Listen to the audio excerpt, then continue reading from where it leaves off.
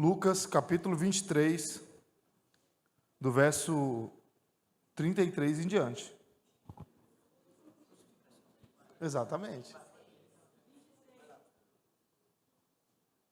Gente, a minha Bíblia está marcando 23.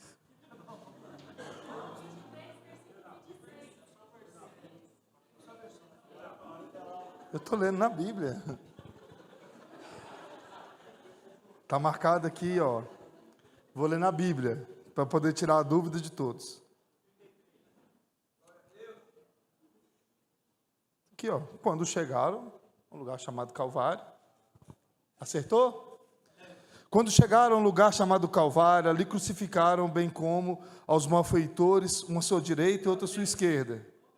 Mas Jesus dizia: Pai, perdoa-lhes, porque não sabem o que fazem. É a continuação do que eu estava lendo. Então, para repartir as roupas dele, lançaram sorte. O povo estava ali e observava tudo. Também as autoridades zombavam e diziam: salvou os outros, que salve a si mesmo, se é de fato o Cristo de Deus, o escolhido. Igualmente, os soldados zombavam dele, e aproximando-se, trouxeram-lhe vinagre, dizendo: se você é o rei dos judeus, salve a si mesmo. Acima de Jesus estava a seguinte inscrição: este é o rei dos judeus. Um dos malfeitores crucificavam, blasfemavam contra Jesus, dizendo: você não é o Cristo? Salve a si mesmo e a nós também.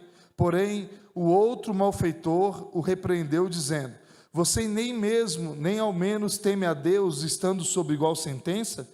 A nossa punição é justa, porque estamos recebendo o castigo que os nossos atos merecem. Mas este não fez mal nenhum. E acrescentou: Jesus, lembre-se de mim quando você vier no seu reino. Jesus lhe respondeu: em verdade lhes digo, que hoje você estará comigo no paraíso. Amém? Amém. Glória a Deus. Amém. Vamos lá. Meus irmãos, durante toda a história, nós vemos grandes feitos da humanidade, em todas as áreas.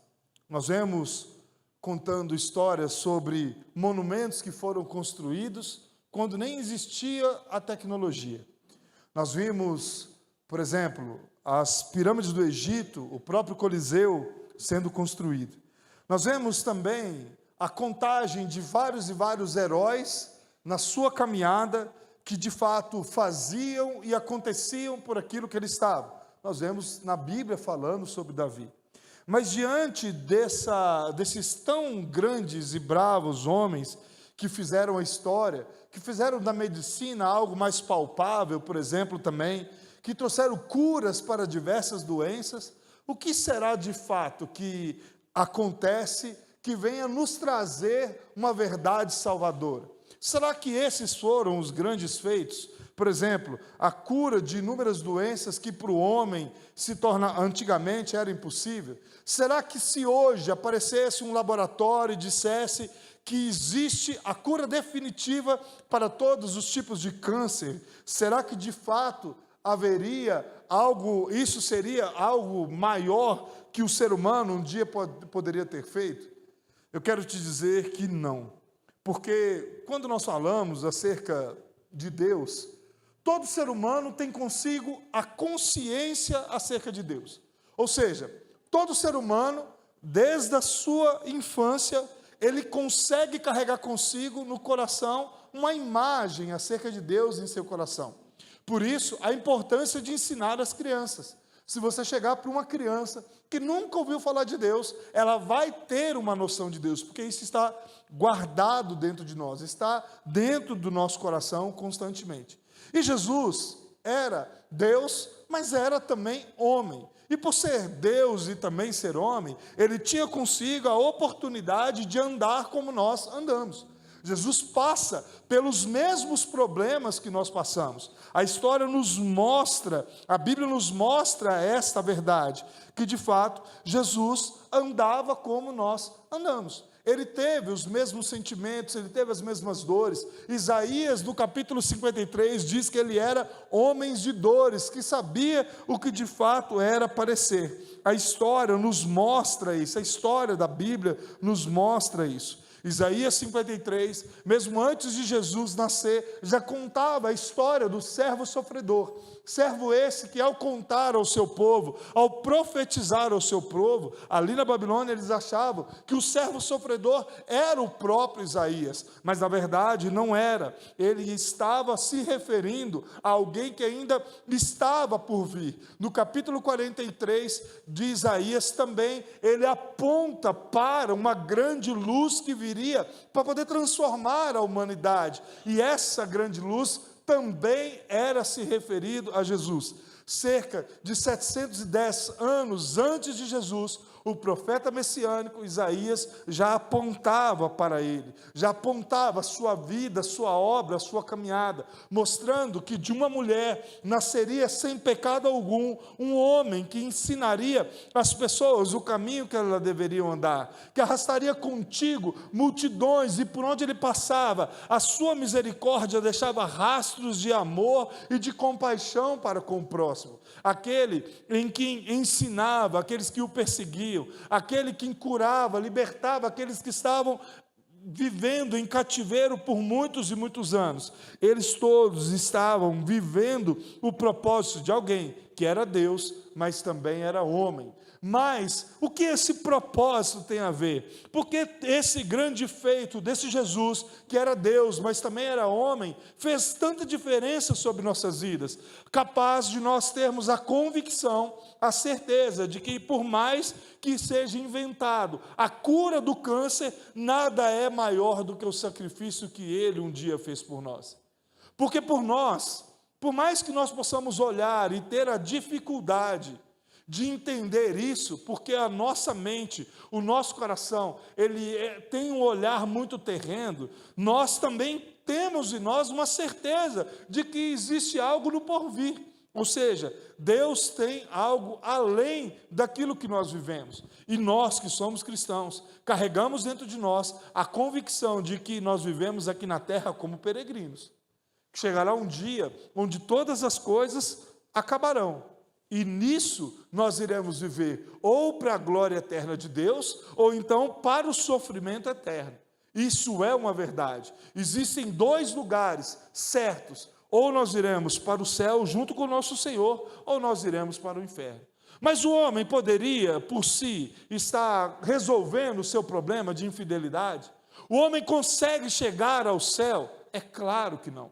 O homem, por sua própria força, não consegue. Por isso Deus, mesmo antes do mundo ser criado, antes do haja acontecer, antes do firmamento acontecer, das árvores serem criadas, do homem ser criado, ele já sabia que pelo livre-arbítrio do homem, ele iria decidir aquilo que era errado, ele iria desobedecer, e no seu ato de desobediência, ele precisaria de alguém que iria cumprir a sua pena, queria cumprir aquilo que o que o homem iria viver, a sua condenação. Ou seja, todos nós, desde Adão até o último que nascer, somos indesculpáveis diante de Deus. Estamos presos, porém, aqueles em quem o Senhor quer libertar, Ele irá convencer dos seus erros e pecados, e irá transformar a caminhada dessa pessoa. Diante dessa verdade, precisava de alguém que não tinha pecado. O sacrifício não poderia ter um erro sequer. A Bíblia, ela tem o poder de mostrar que ela não se contradiz. Deus, se ele dissesse uma palavra e voltasse atrás dela, ele estava atestando para si mesmo que ele estava errado. Por isso, ele olha para dentro de si e sabia que somente alguém que não tinha pecado poderia salvar a humanidade dos seus erros e dos seus defeitos. E por isso, ele envia o seu único filho. Jesus anda com as pessoas. Jesus cura essas pessoas, como eu disse. A sua vida, a sua obra termina diferente de qualquer um que estava ao lado dele poderia imaginar. Até porque eles esperavam de Jesus que Jesus liderasse o seu povo a se libertar das mãos dos romanos. O povo esperava um Messias que viria como Davi, um general de guerra, como Josué, que estava pronto a liderar um exército e subjugar não somente Roma, mas todos os povos. Mas Jesus não veio para libertar o povo de Roma. Jesus veio para libertar o homem de si mesmo, das suas próprias vontades, da sua cobiça. E quando os homens enxergam em Jesus tanto a ameaça, como também que Jesus não iria cumprir aquilo que eles queriam, eles vão e o crucificam. A crucificação de Jesus é a mostra de tudo aquilo que nós queremos. Porque da mesma forma que aqueles homens queriam crucificar a Jesus, os nossos pecados também o crucificam. Os nossos pecados nos levam a dizer de uma forma clara: eu estou rejeitando a Deus e vivendo para a minha própria vontade. Mas Jesus vem transformar a nossa vida. Jesus vai para o Monte Caveira, no Gólgota, e ali naquele momento, ao subir a via sacra, com madeira em suas costas, seu corpo dilacerado e sua alma prestes a se tornar maldita, Cristo nos ensina que a cruz é a expressão mais dolorosa do amor que nos traz o perdão.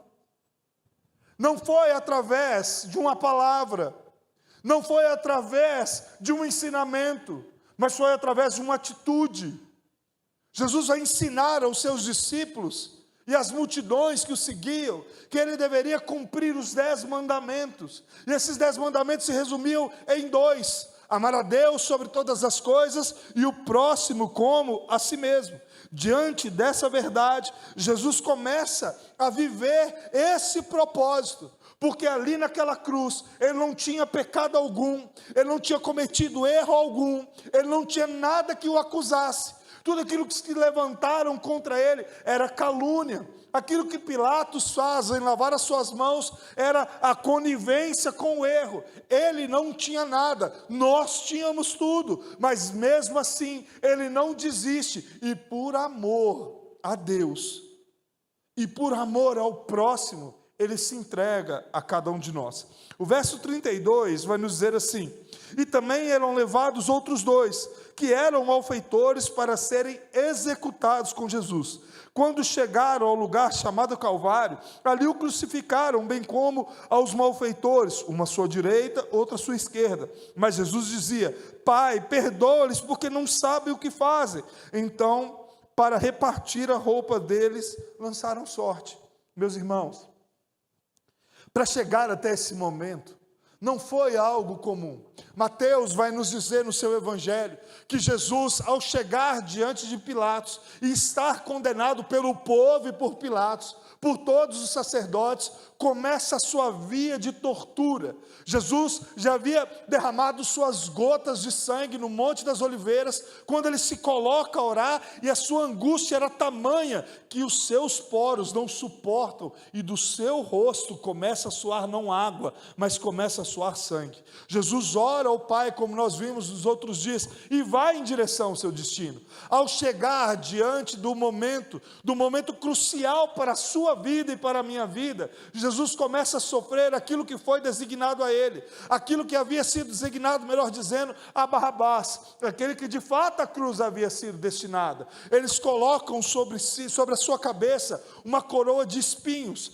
com cerca de cravos, de espinhos cerca desse tamanho. Esses espinhos não estavam só do lado de fora, eram espinhos tão grossos, que tinham o poder de perfurar até mesmo o seu crânio. A Bíblia vai nos dizer, através de Mateus, que eles pegam um pedaço de madeira, um caniço, e batem nele com essa madeira maciça. Esse caniço era uma madeira maciça, justamente para poder humilhar aquele que só havia feito o bem. Jesus, não somente isso, colocam sobre suas costas a madeira.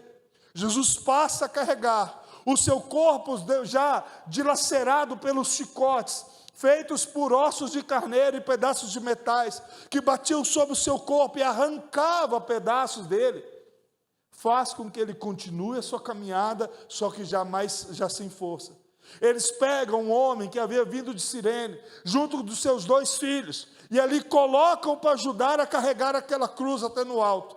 Ao chegar lá no alto, estava a cruz à sua espera. ao deitá-lo no chão, os seus braços não davam nos buracos que haviam sido predispostos, porque os buracos eram feitos para Barrabás. Ninguém achava que Jesus de fato seria crucificado. O malfeitor não era ele. Barrabás havia assassinado pessoas, havia feito rebeliões por onde ele passava. A cruz não havia sido feita para Jesus. Por isso, os braços de Jesus é quem sofrem, de fato, a condenação. Ali naquele momento, cravos, cerca desse tamanho, batem em seus pulsos, perfurando os seus ossos, até prendê-lo totalmente. Ao levantá-lo, porque eles não deixariam ele deitado, juntamente com os outros 2 ladrões, eles levantam, não de qualquer jeito. Não era um momento onde eles estavam agindo com delicadeza. Ninguém mais se lembrava dos milagres que ele havia feito. Ninguém mais lembrava dos ensinamentos. As pessoas estavam influenciadas pelo seu desejo, influenciadas uns pelos outros, pelo grito da multidão em dizer: crucificam. E ali naquele momento eles levantam o nosso Senhor de qualquer jeito. Ao a cruz bater dentro do buraco, a madeira o joga para frente e para trás, e ele já não tem mais força de ouvir, de sentir. Em determinado momento, quando já estava perto a desfalecer, algumas coisas acontecem. Primeiro, ele diz: Eloi, Eloi, lama sabachthani. E eles acham que eles estavam dizendo, chamando Elias, e na verdade ele estava dizendo: Deus meu, por que nos desamparaste? Outra versão vai nos dizer, outro evangelho vai nos dizer que ele diz tetelestai, que no grego significa já está consumado. Mas aqui nesse momento, Lucas, ao pegar relatos de muitas pessoas, Lucas, que era um médico, pega relatos de muitas pessoas, diz que Jesus faz algo ainda maior. Jesus faz algo que deve ser um tapa em nossa face, por aquilo que nós vivemos, por aquilo que nós pensamos. O verso 34 vai nos dizer que ele ora, intercede por nós. Ele nos diz: Pai, perdoa-lhes, porque não sabem o que fazem. Jesus não estava olhando somente os soldados que ali haviam feito alguma coisa com ele. Jesus não estava olhando somente a multidão que havia gritado: crucifica. Jesus não estava olhando os sacerdotes. Não era somente Pilatos, não era somente o Império Romano. Ele estava olhando para mim e para você. Que nos nossos erros, no nosso coração pecador, muitas vezes, crucifica o nosso Senhor.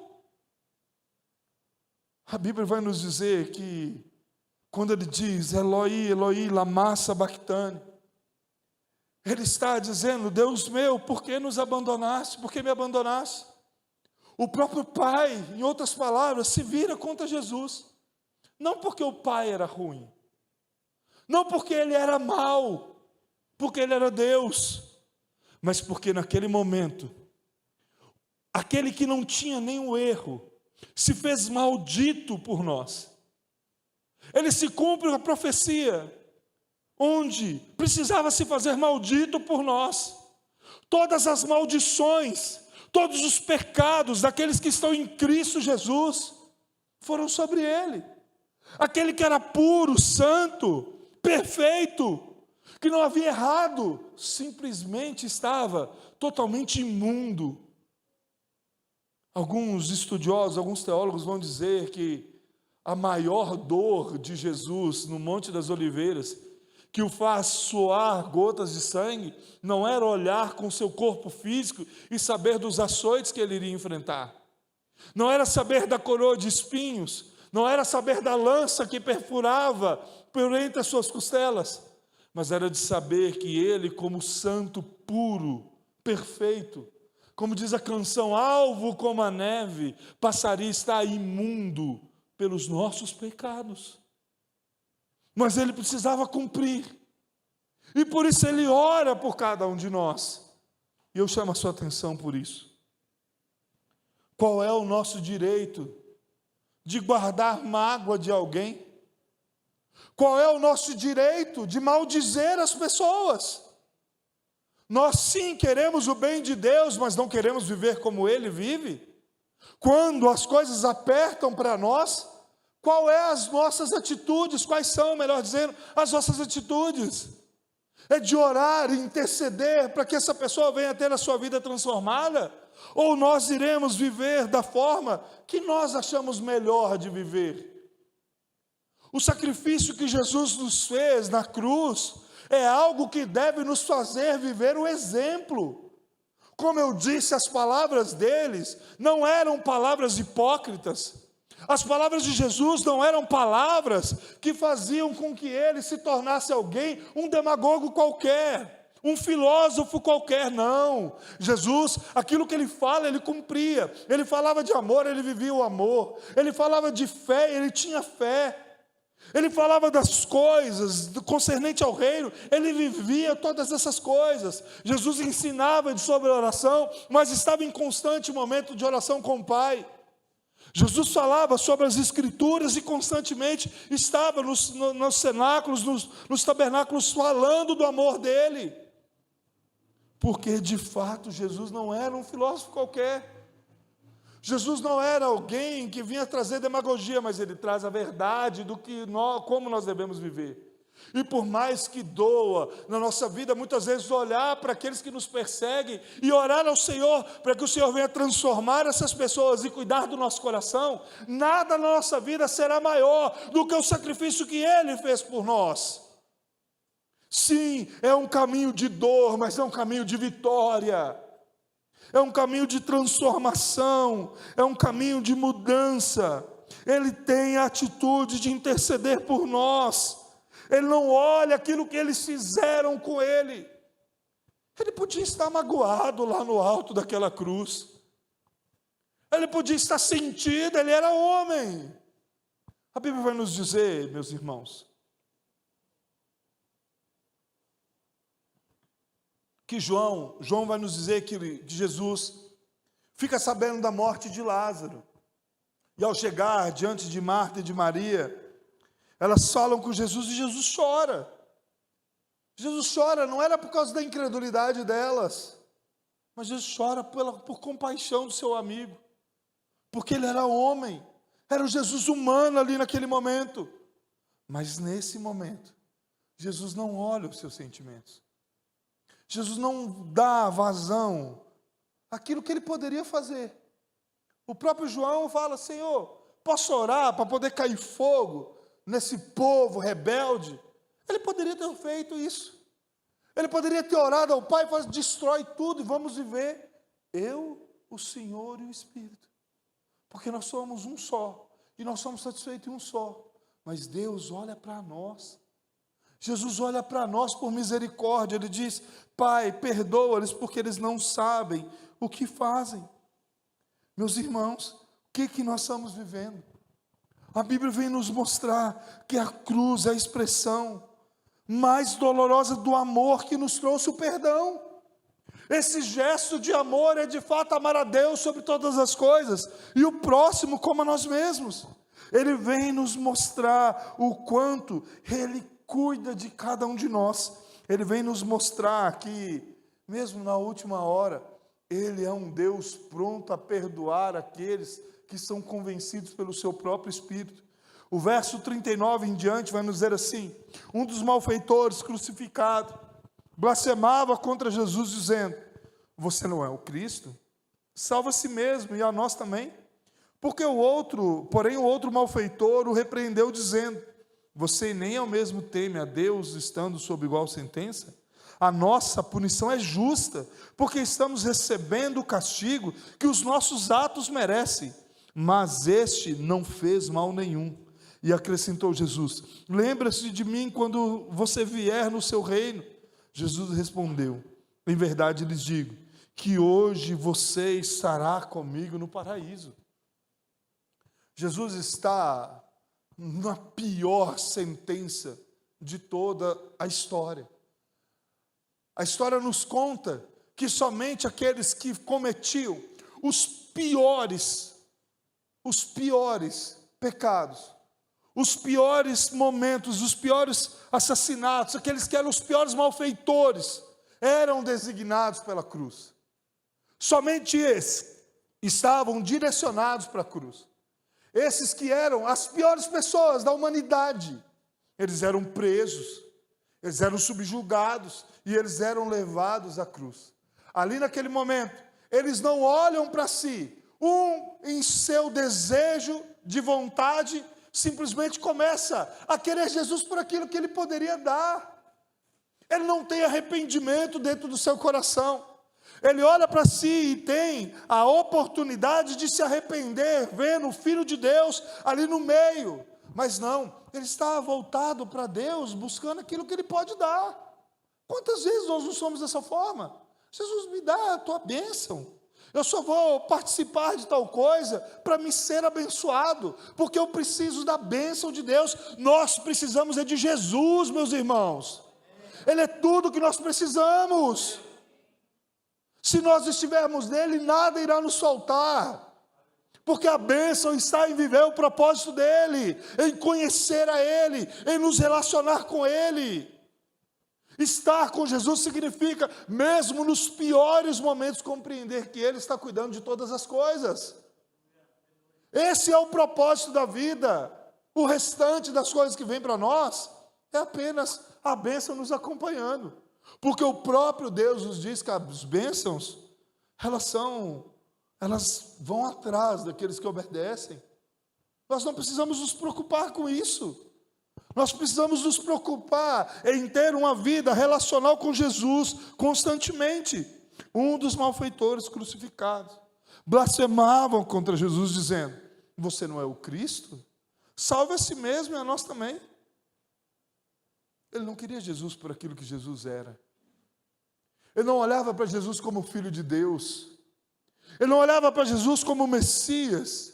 Ele usa do sarcasmo para poder simplesmente falar com aquele que merece toda a honra. Ele ali estava porque ele merecia Jesus? Não. Jesus estava porque nós merecíamos. Mas a Bíblia nos traz aquilo que eu entendo como cumprimento da profecia de Isaías, onde Isaías vai profetizar no capítulo 53 que ele ficaria satisfeito com o seu penoso trabalho. Ou seja, o seu trabalho de muita dor, o seu trabalho de muita dificuldade, o seu trabalho que tirou sangue de si mesmo, o seu trabalho que tirou a pureza dele, o seu trabalho que fez ele sair da glória de seu pai, junto do seu pai, se fazer homem como todos nós, andar com nós, nos fez com que ele viesse a ter a recompensa do seu penoso trabalho. O Espírito Santo convence esse homem ali naquele ato. A Bíblia não nos traz a história desse ladrão, não nos conta o porquê ele estava ali e como ele chegou até ali, mas a Bíblia nos traz como ele fica a partir desse momento. O verso 40 vai dizer que no ato de que um começa a blasfemar, o outro começa a enxergar a Jesus não por aquilo que ele poderia dar, mas por quem ele era. O verso 40 vai nos dizer: porém o outro malfeitor o repreendeu, dizendo: você nem a menos teme a Deus, estando sob igual sentença? A nossa punição é justa, porque estamos recebendo o castigo que os nossos atos merecem, mas esse não fez mal nenhum. O primeiro ato desse homem é se arrepender dos seus pecados, é reconhecer que era um pecador. Ele não olha tentando ser bonzinho, querendo se justificar diante de Deus. Ele chega diante de Jesus, certo de que ele estava ali porque ele merecia, que ele estava ali por causa dos seus erros, do seu pecado. A nossa punição é justa, porque estamos recebendo o castigo que os nossos atos merecem. Quantos de nós, meus irmãos, achamos que porque nós somos pessoas libadas diante da sociedade, nós estamos certos diante de Deus? Quantos de nós achamos, porque nós temos uma moral, uma reputação diante de muitos, nós estamos certos diante de Deus? Sem reconhecer os nossos erros, sem reconhecer os nossos pecados. Quantas das pessoas, elas estão afundadas em seus delitos, elas estão afundadas nos seus erros, mas elas não conseguem viver pelo confronto. Mas o Espírito Santo traz a luz aos olhos desse outro homem. E ali naquele momento ele não só defende, mas ele reconhece.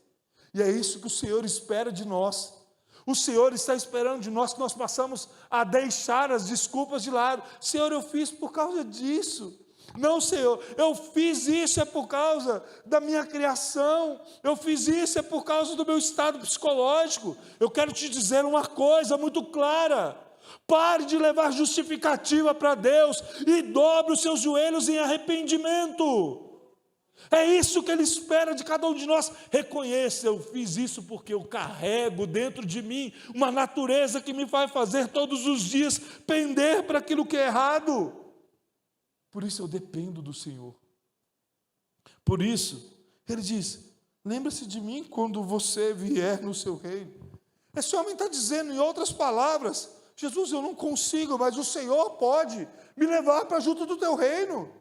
Com as minhas mãos eu não consigo, porque eu sou falho. Eu estou aqui porque os meus atos merecem. O Senhor não quer ouvir desculpas. O Senhor quer ouvir um coração contrito e quebrantado. O Salmo 51, Davi nos apresenta essa oração sem desculpas. Ele mostra essa dependência de Deus de uma forma clara. Desde o ventre da minha mãe eu fui concebido em pecado. Cria em mim, ó Deus, um coração puro. Senhor, o Senhor não se agrada de sacrifícios, senão te daria. Mas o Senhor se agrada de um coração contrito e quebrantado. Um coração que reconhece a sua natureza. Que reconhece que todos os dias nós somos inteiramente dependentes dEle. Que o quanto nós precisamos dEle para que nós possamos seguir. Eu quero te dizer que você pode até achar que você vai conseguir alguma coisa. Não. Sem Jesus nós não conseguimos nada. Até mesmo as pessoas que são bilionárias, tudo isso é a prova do seu pecado. É a prova do quanto elas são pecadoras. Porque se elas não têm Jesus, todo esse dinheiro não vale de nada. Porque nós estamos aqui como peregrinos. A Bíblia não nos traz a idade desse homem, mas Jesus garante a ele que hoje mesmo ele estaria com Jesus no paraíso. O ato de arrependimento na última hora leva esse homem para o lugar onde nós iremos. Como eu disse a você, você pode até não ter o direito de acreditar, mas eu quero te dizer que existe. Em verdade lhe digo que hoje você estará comigo no paraíso. Eu cresci achando que durante os 3 dias Jesus desce ao inferno e ali ele toma a chave do diabo. Não, Jesus vai para junto do Pai, depois de todo o seu esforço, junto com esse rapaz, e eles começam a gozar de toda a alegria da eternidade ali naquele momento. Porque Jesus nos dá a certeza, que, em verdade lhes digo, que hoje estará comigo no paraíso. Significa que a obra regeneradora do Espírito Santo sobre a vida desse rapaz aconteceu naquele momento. Porque Jesus, mesmo na cruz, tem o poder de transformar o coração das pessoas. Mesmo numa sentença, da pior das sentenças, como maldito, ele não deixa de viver o propósito, de anunciar a palavra, de salvar aquele que está perdido. E por isso ele deixa o Espírito Santo aqui para nos convencer. O que ele faz com esse rapaz, ele está fazendo conosco todos os dias. Um dia ele fez comigo, um dia ele fez com você, e talvez você chegou aqui nessa noite, ele está fazendo isso com você. Porque você achava que se você fosse uma pessoa boa, se você fizesse isso, aquilo outro, não é por nossas mãos, mas pela ação dele. É porque ele chegou na cruz e diz, tetelestai, já está consumado.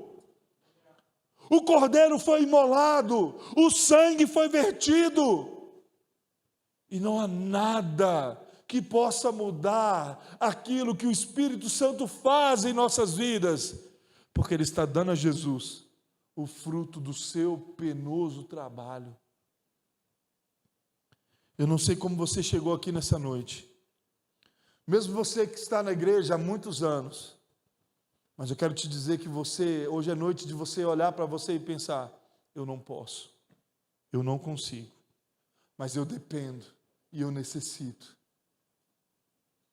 porque somente através dessa cruz nós conseguimos a salvação. Quero encerrar dizendo para você o que R6 Pro nos diz. Nesse momento da cruz, Jesus sofre aquilo que era destinado a cada um de nós. Ele sofre os nossos pecados e, como consequência, a ira de Deus sobre a sua vida. Ele sofre aquilo que era para mim e para você. Ele sofre lá na cruz, para que você tivesse vida. Como ministrarei domingo que vem, para que, como Ele ressuscitou, você também pudesse ressuscitar junto com Ele. Por isso, meu irmão, se existe uma história de amor a ser contada, essa é a história, onde alguém morreu por você, que alguém venceu a morte para que você tivesse vida, para que você olhasse para dentro de você e tivesse a convicção que você não consegue e que você é inteiramente dependente dele. Jesus está dizendo para algumas pessoas aqui nessa noite: não se importe com aquilo que você está vivendo, reconheça que você é pecador, se entregue a Ele e deixe com que a obra regeneradora Ele faça. Não ache que a santidade dos maiores homens da Bíblia, não ache que a coragem dos 2 jovens moravianos que se venderam como escravos a pregar o evangelho na ilha, não ache que a igreja primitiva perseguida era fruto de suas mãos, de sua coragem, que essa santidade era algo que vinha deles. Não, é uma qualidade do Deus Todo-Poderoso manifestada em nós. Então, se hoje nós conseguimos vencer muitos dos pecados que são nos impostos, muitas das tentações que são colocadas, isso tudo é por causa do Espírito Santo que nos santifica.